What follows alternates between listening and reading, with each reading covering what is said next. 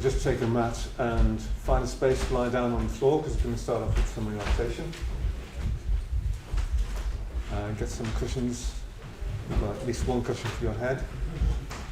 So with your head facing in that direction, your feet in that direction. So we're all lying down in the same way, facing the same way. So lying down with your head in that direction, feet in that direction.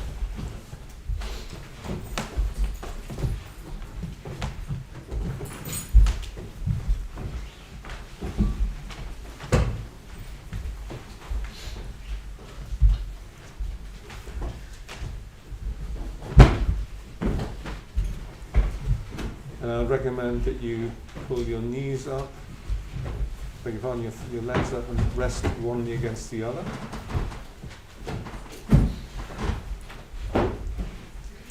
Helps your back to sink further into the floor.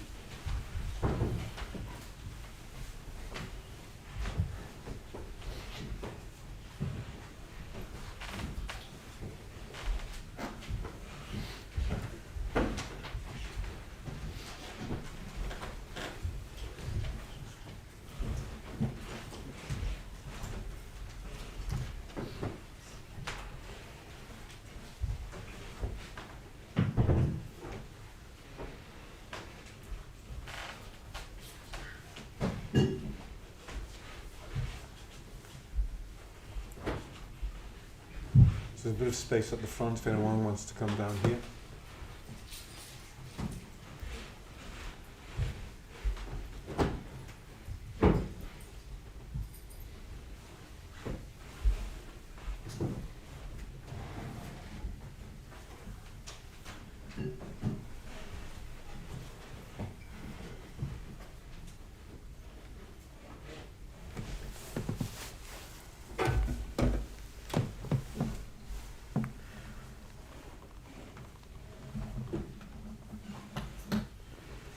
So closing your eyes,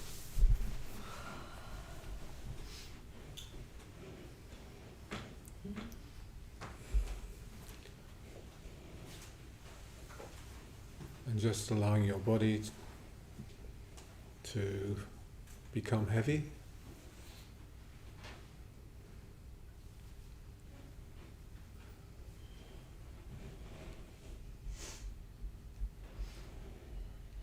Feeling your back sinking into the floor.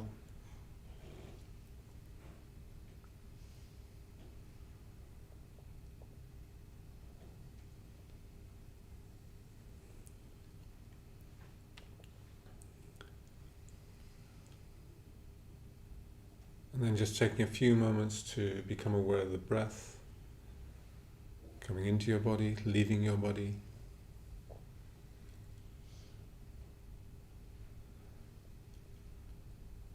Feeling the calming effect of the breath on the mind.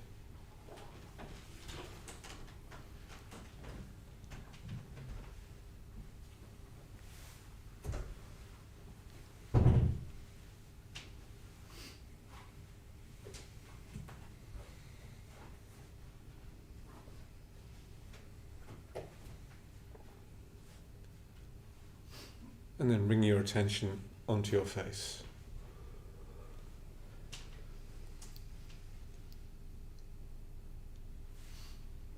Trying to become aware of any tensions on your face, especially the brow. If the brow is furrowed, just let it go.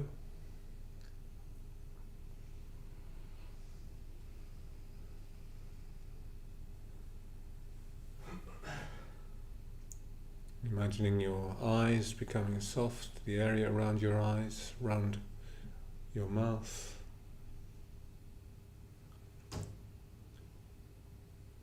And if you notice you're clenching your jaw, then let it go.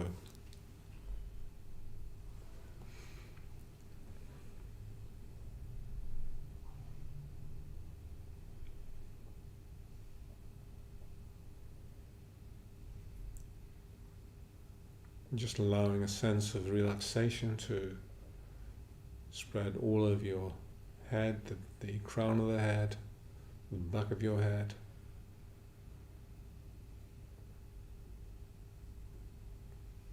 Down through your neck, into your shoulders.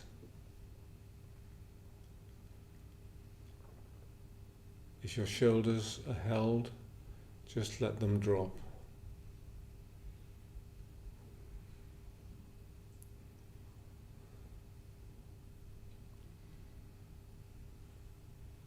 And then taking your awareness down through your arms, through the elbows,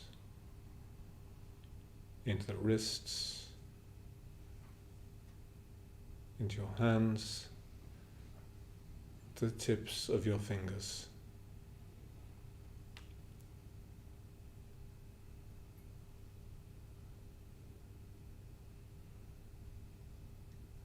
Just allowing them all to relax.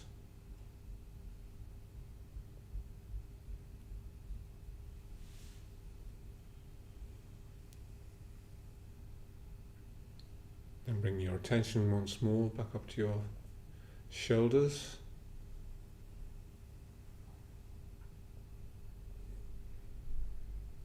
Allowing the shoulder blades to fall down into the floor so that the chest can open.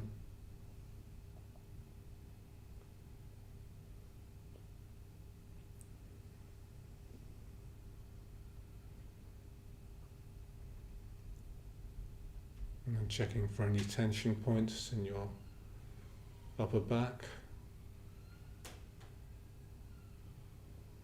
the middle back, the lower back. And if you can, just trying to allow that awareness to slowly relax them away.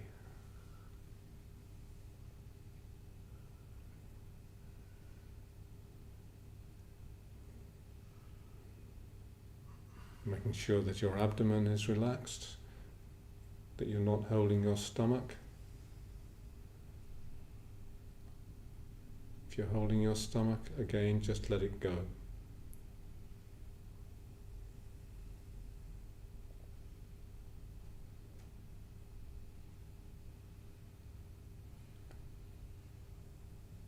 And bring your awareness down through the pelvic region, down into your thighs, through your calf muscles, into your ankles,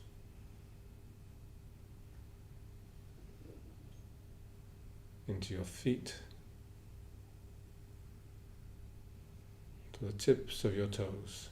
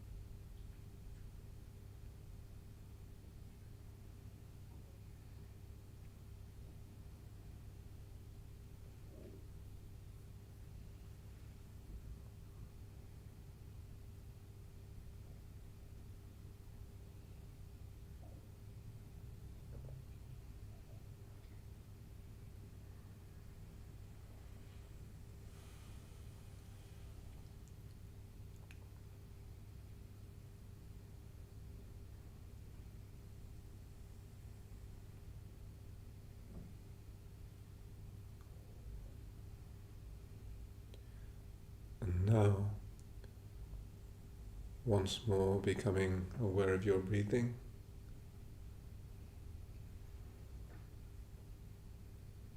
Just feeling the breath coming in and going out.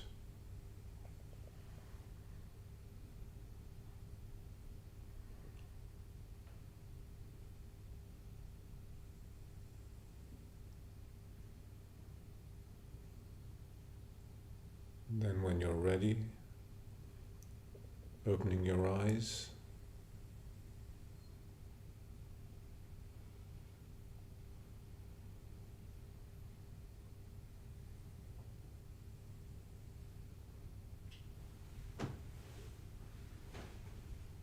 And then in your own time, turning over onto your left-hand side, facing the shrine.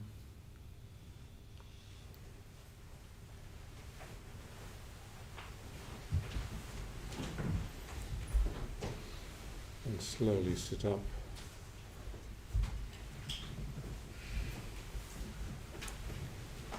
And set yourself up for the meditation.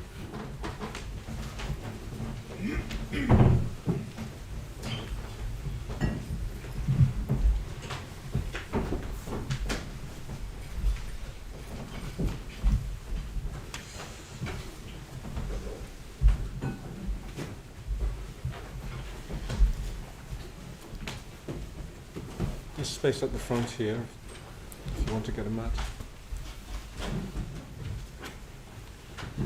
Yep, absolutely.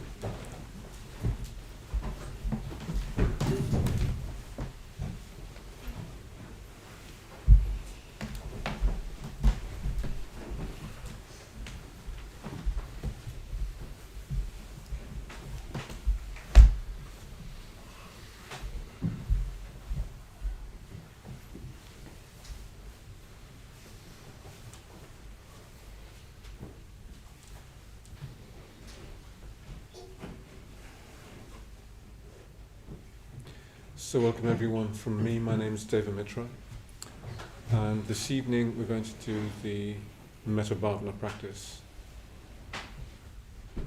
and after that there'll be a tea break. After tea break I will say something about how to deal with uncertainty. This was an issue which came up in one of the classes I was teaching recently, so I thought I'd explore it a bit more fully. So that's after the tea break, and we will of course conclude with further meditation before the end of the evening. So just making any final adjustments to your posture.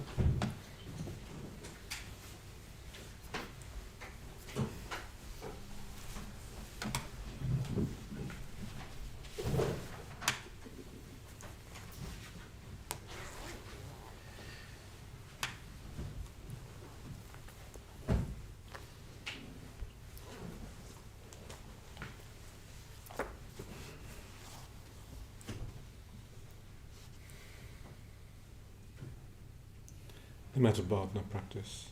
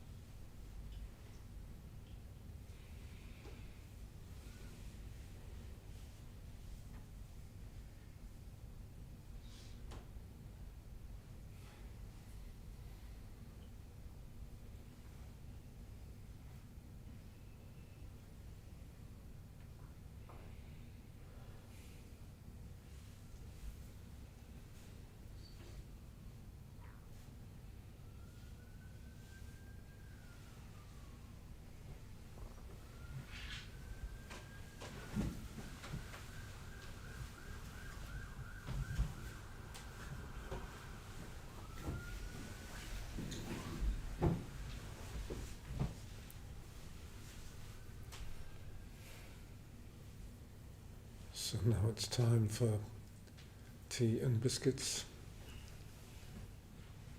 So the door's over there. Tea and biscuits should hopefully be waiting for you on the table.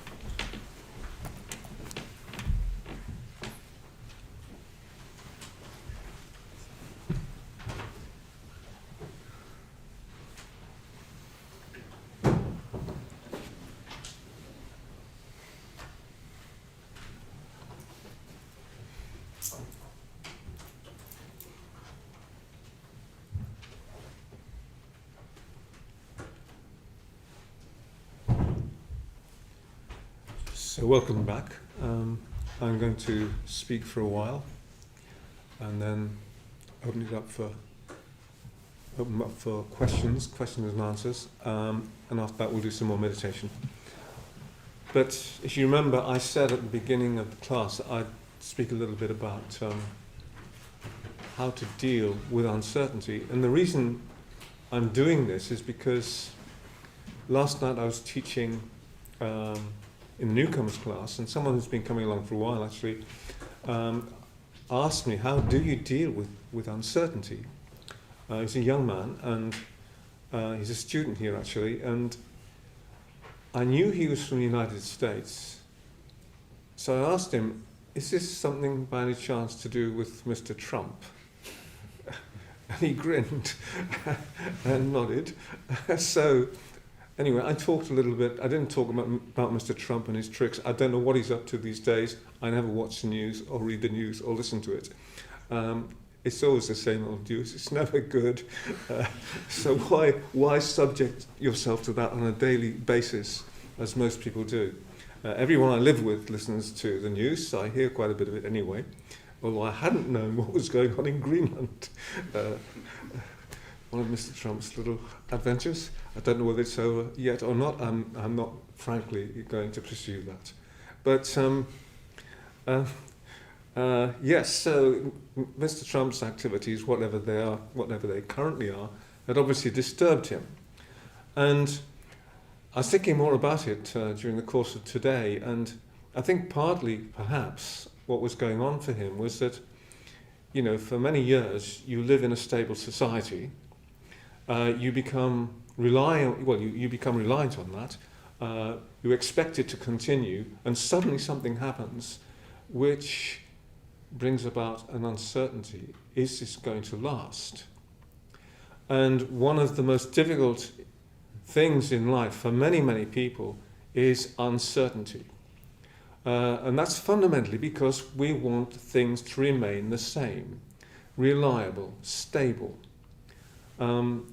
so that way we feel more comfortable, we feel that we're safe, and so on and so forth. But when things become uncertain, that all gets shaken. And thinking about it, it seemed to me that there are two things that you can do to help you to deal with uncertainty in life. The first one is just to reflect on the fact that life itself is uncertain. Everything in life is uncertain. The only thing that's certain in life, the only certainty, is the one certainty we'd rather not have, which is, of course, that one day we shall die. So that's not the kind of certainty that exactly, makes us feel at ease. But everything else in life is uncertain. I've been very fortunate to have lived in this country for almost 78 years, and during the whole course of that time, there's not been a war which has directly affected this country. And so, if you get used to that, you think that war will never come again. Not here. But, of course, it could come very quickly at any time. These things are not always predictable. Everything that we experience and that we rely upon is uncertain. Especially, of course, the weather in this country. You think it's going to be a nice sunny day, and suddenly you're freezing cold and all the rest of it. So that's unstable. Sometimes your work is unstable. You may lose your job. Many people do. And that's something that leaves them with uncertainty. Where will I find work? You may lose status, something which we're attached to if we have it, because that makes us it gives us a sense of purpose in life. But it's unstable. Status can come and go. You may have a reputation. You may lose it. And so on. You may have, everyone wants a relationship with at least one other person which is stable and which is going to last. but frequently these relationships don't last, especially in our society at the moment. So everything that we turn to for certainty is actually, to give us a sense of reassurance and security, cannot be relied upon. Sorry to give you the bad news, but that's the state of the world in which we live. That's the way it's always been, and I'm afraid that's the way it always will be, because things are constantly shifting and changing. We can see this when we meditate, because our own mental states are not particularly reliable either. They come and they go. Sometimes we can do the metabhavana well, sometimes perhaps it's not so easy. Sometimes we're very distracted, and so on. So our own mental states are constantly shifting and changing. So of course all of this relates to the universal law of impermanence. You don't have to be a Buddhist to realize that things are impermanent, that things don't last. The poets see this very, very clearly. So much poetry is concerned with impermanence. And so this is the kind of world that we live in. We want security, but it's not there. And when it's not there, we feel uncertain. What's going to happen next? I mean, I remember living through the Cuban Missile Crisis in 1962. I was only 14, but that was the closest that we ever came to an all-out nuclear war, and it was very, very close. I don't know if any of you have seen, there's a film about Robert McNamara, who was the defense secretary for President Kennedy at the time. I can't remember the name of it. It's a documentary, and he says, it's at the end of his life, he's talking about, I think, something like 8 lessons from life. And anyway, in the course of that film, it's basically an interview with him, very, very well done. He revealed that the nuclear standoff was so close, it was really scary. It nearly happened, but it didn't quite. But everybody's aware that you might not wake up the next morning because there could have been a nuclear war. So living through that was a very, very uncertain period of time, and it was very, very tense. But really, it just brought us hard against the reality that life is uncertain. Nothing can ultimately be relied upon. Not, that is to say, unless you happen to believe or happen to practice Buddhism, because there's a much bigger vision to things than just simply that. But part of that vision involves seeing that things are unstable, that life is uncertain. We rarely get what we want in life. Sometimes we do, and sometimes when we get what we want, it doesn't satisfy us, and so we want something else. There's nothing which ultimately can give us satisfaction. So one of the ways out of all this is facing up to the fact that life itself is uncertain. And just examining your own experience, but looking around you and see to what extent things are constantly shifting and changing. Get a broader perspective on life. This is the first step towards really coming to terms with it, and the first step towards helping you with dealing with uncertainty. But there's another aspect of this, which is that looking reality, if you like, in the face like that, it's not a very easy thing to do. And if you do it in the wrong sort of way, then it may have a dispiriting, even a depressing impact on you. And this is where the metabhavana practice comes in, because when you've got a basis of positive emotion, it's much easier to see these things and not be so thrown off course by things that ultimately prove to be uncertain and cannot be relied upon. So this is how you have to deal with uncertainty. When I was first diagnosed with cancer 9 years ago, there's quite a long period, I think it was about 2 months, when it was unclear whether or not my cancer had metastasized, or that is to say, spread throughout my body. At that time, it hadn't. It did later, but at that time, it hadn't. And so it was, for those 2 months, I was left in a very uncertain state of mind. And I knew that the only way forwards was not to give way to that, but to try to maintain positive emotional states throughout, which actually wasn't that difficult. But then I had been practicing the Dharma and the Metabhavana practice for 40 years at that point, a bit more than. So, ultimately, this is the other thing that we have to do, is to develop positive emotion. Do the Metabhavana practice on a regular basis. It's not the most popular of the two practices that we tend to do. I've even known people who've rather than do the Metabhavana practice when everybody else is, they've secretly done the mindfulness of breathing instead.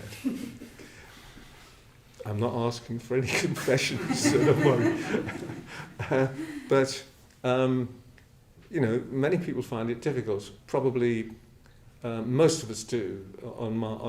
I reckon that probably something like only 1 in 4 people prefer the Metabhavana to the mindfulness of breathing, and they tend to want to avoid it because it seems to be a bit more demanding. But I think that's partly because it's easy to misunderstand the practice in a certain sense. When you sit down to do the Metabhavana practice, you're not necessarily going to be overwhelmed by a wonderful sense of metta. How wonderful that would be if only it happened every time you sat down to do the practice. It's certainly not been like that for me. But what I've noticed over time is it does have it has had on my life certainly a very strong impact on me, and I can see that's happened on others too. And most people can see that after doing the practice on a regular basis over a number of months, that it's helped them to become a bit more emotionally positive. That's how this meditation works. It's not just about what happens at the time when you sit down on the cushion, but if you make some effort in the practice, it will bear fruit. So there you go. Let's see if you've got any questions. Yes? So one of the things I've struggled with the Metabhavana is that often I come to the Buddhist Center because work is mad and things going on in my brain. Yeah. And I'm looking to be more present in the moment. But the Metabhavana encourages us to not be present at the moment, to imagine other people, yeah, to almost abstract ourselves from where we are. How do you avoid that, or is that actually just part of the process that we should accept? Well, I mean, the purpose ultimately of all Buddhist practice is to go beyond yourself. And this doesn't mean sort of denying yourself or denying, not seeking happiness for yourself. But I think the key is that when you, in a sense, forget yourself, at least when I forget myself, and I'm helping others in some way or other, that's when I tend to be at my happiest. So, I mean, for me, at least, it's not. I mean, I don't feel that I'm abstracting myself. I'm trying to become more aware in the course of the practice of the people that I put in the various stages. Try to imagine them, enter into their lives imaginatively in some way. Have a feeling for them, having a feeling for their own difficulties, the fact that they too can suffer, and so on. It's more like trying to sort of cultivate that kind of attitude. So we take ourselves away from ourselves in a way. I think when you are in a genuinely positive mental state, you will be in a concentrated mental state. I mean, I don't say very much about being in the present. I mean, I think that's not what meditation is really all about. It's certainly not what Buddhism is all about. I know very often that's taught, but it's there's a whole other dimension which can get left out. Where if you have that sort of approach, just be in the present. what is left out is the ethical dimension of all this. And why the metta-bhavana practice is so useful is it brings that into play. Especially when, for example, you reach the fourth stage. You're dwelling on someone whom you find difficult. Perhaps you even have very strong ill will towards them. Well, it's your mental state. It's your reaction to that person. You have an opportunity to deal with it. And to see it, to see that, well, there is this component in you. We all have hatred in us, every single living being, at least according to Buddhist analysis. The three poisons, so-called, the three core negative emotions that drive us all are greed, hatred, and delusion. So we all have elements of hatred in us. And I'm speaking about hatred in a very general sort of way. I'm not necessarily saying that we all hate lots of people. I hope you don't. But we all can get irritable with others, impatient with them, resent them, and so on and so forth.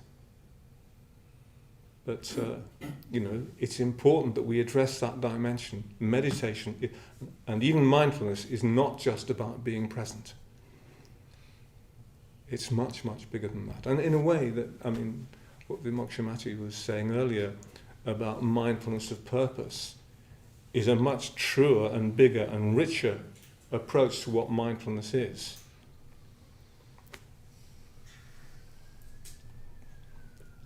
So, come on, life with full attention course, it might. You've not already done it.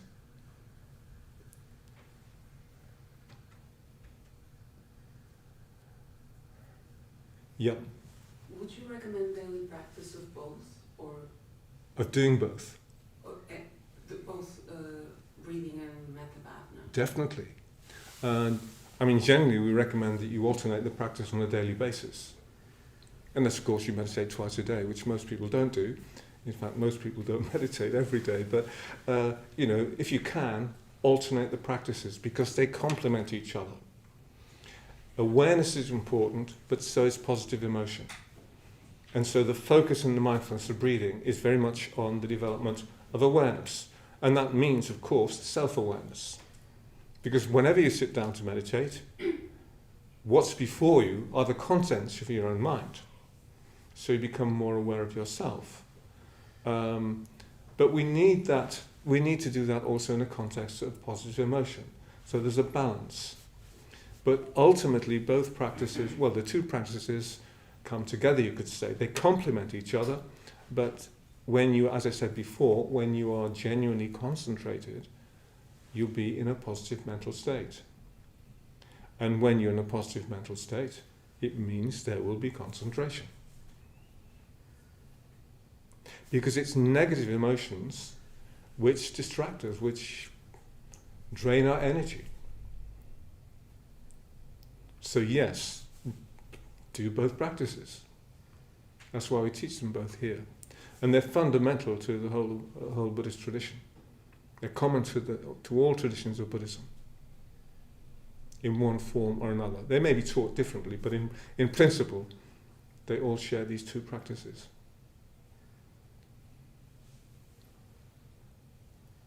Yeah. So I've got a question on uncertainty. So I think, to me, it makes sense to recognize that uncertainty is a way of life and how it's just a fact. It's true that life is uncertain. However, it also feels like sometimes there's an instinct to figure out something that is uncertain. Yeah. Or shape things so that it's no longer uncertain.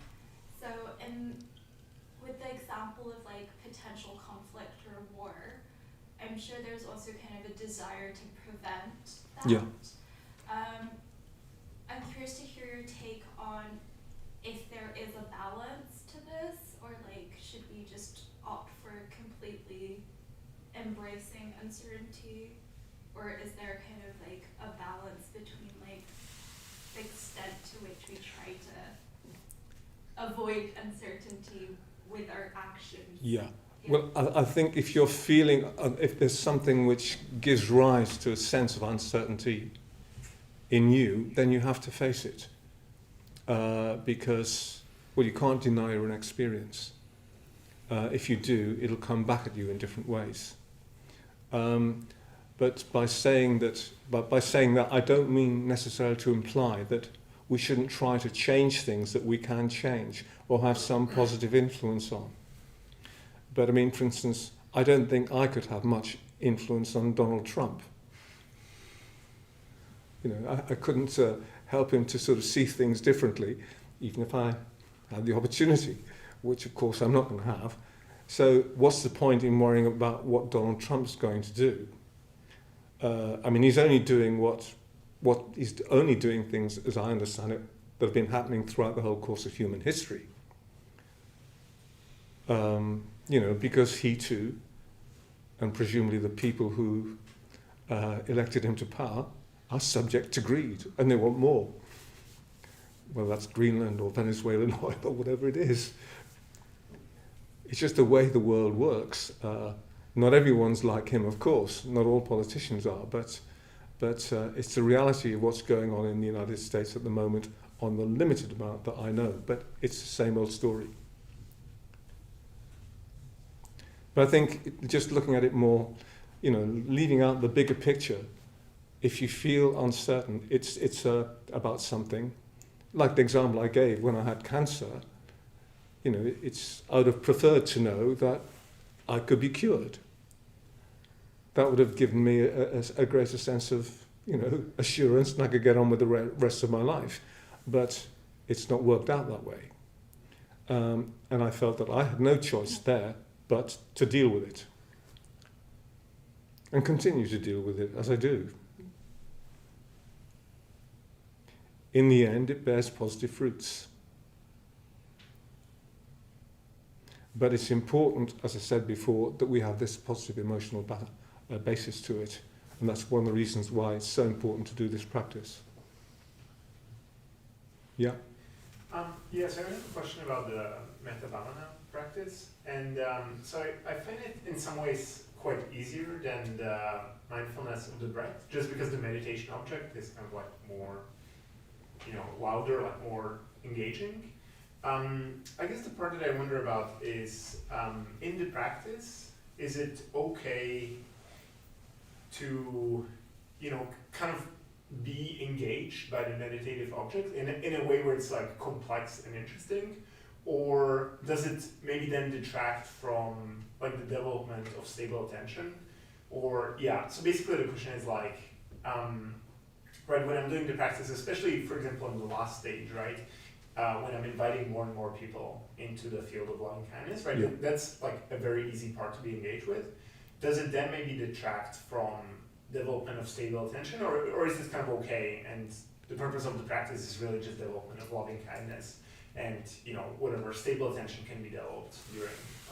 Well, for me, I mean, the main purpose of the practice is to transform your emotional life and to find a way of emotionally engaging with life on a positive basis. If provided you achieve that goal, provided you can see that you yourself are changing and becoming more emotionally positive than you were before, then it's working. And I wouldn't worry too much about the sort of the workings of that in terms of when you're actually doing the practice. It seems that you can engage with that practice more easily than the mindfulness of breathing. As I say, most people find that more difficult, but that's a good start.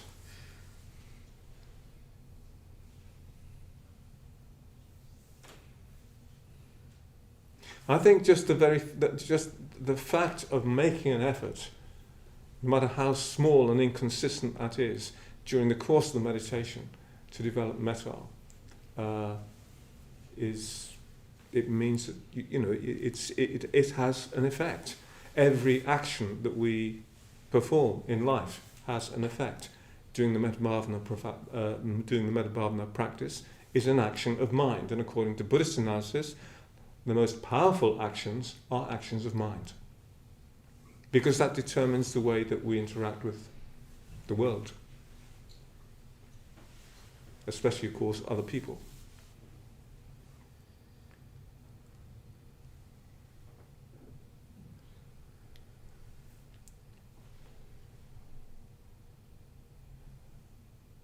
Okay, maybe it's time we did some more meditation. Some more metabhavana. We'll do the whole practice again. And if you're tempted to do the mindfulness of breathing secretly, resist the temptation.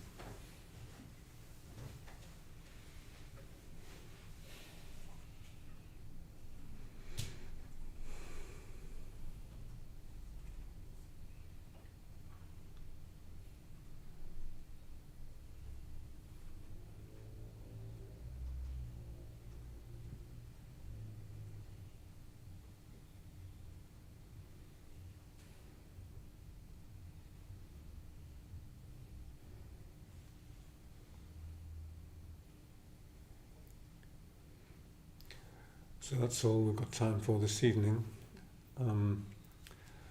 Apart from the two usual requests, if you could put all the mats and cushions up where they belong, that would be much appreciated. And secondly, if you have not made a donation this evening but would like to, we'd very much appreciate that as well. We need a lot of money to keep this place open and running. And of course we don't charge for the classes, not these classes anyway, and because partly we want to encourage a spirit of generosity at the centre. So if you could bear that in mind, that'd be great. Apart from that, I wish you all a pleasant journey back home. Thank you. Thank you.